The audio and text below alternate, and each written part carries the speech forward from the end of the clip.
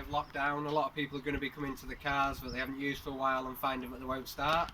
So we're going to show you how to jump start a car properly and safely. We're going to jump this Corrado 1.8 turbo, which is completely flat, with this Scirocco GT 170 diesel.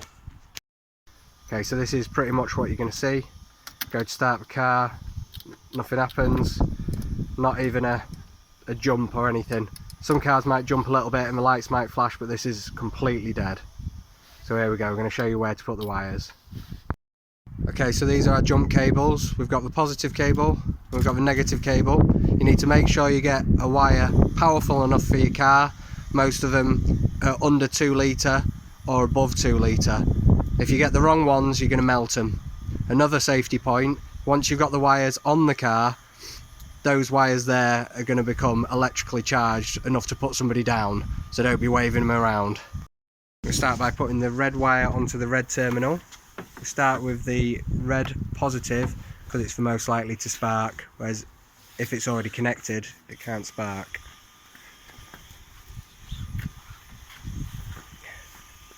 Make sure it gets a really good connection. Now we're going to the negative wire. This is where most people make a mistake. It does not go to the negative point of the battery. It goes to a grounding point. A bare wire point that goes to the chassis somewhere.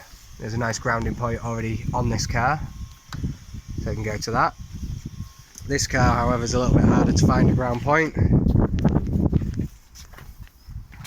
This may spark. In fact, yeah, there you go. So we're all connected up.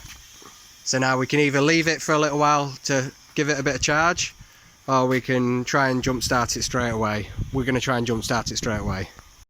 Okay, so we're going to start the Scirocco, which is the diesel. This one's a DSG automatic, which allows us to rev it to 2,500 revs, and then it restricts it, which is quite useful in this situation. So if we get it started. Okay, now what we're going to do, we're going to imagine that you're doing it yourself. We're going to put a weight on the accelerator.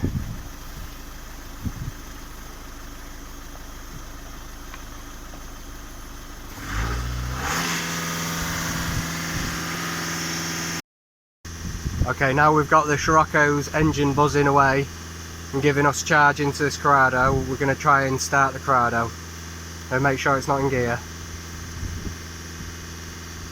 Yeah. Now it might be a bit lumpy at first, so don't give it too much rev. Give it a little bit of fuel. Give it a little bit of accelerator. Give it a little bit of accelerator.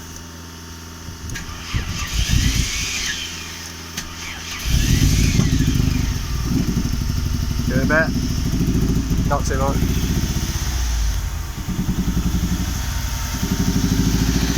Not liking that at the moment.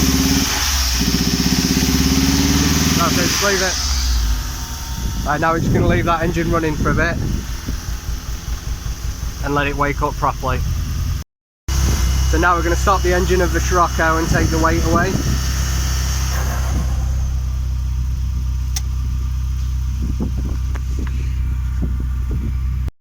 Now we're going to remove the wires and we're going to take the red off first and then the black.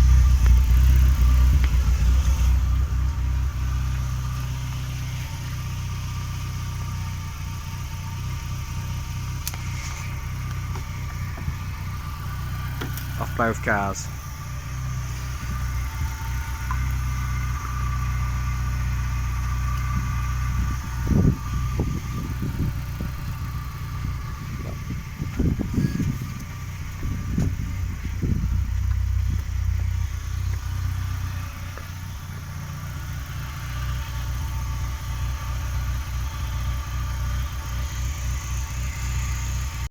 Need to run for a bit to put some charge back into the battery.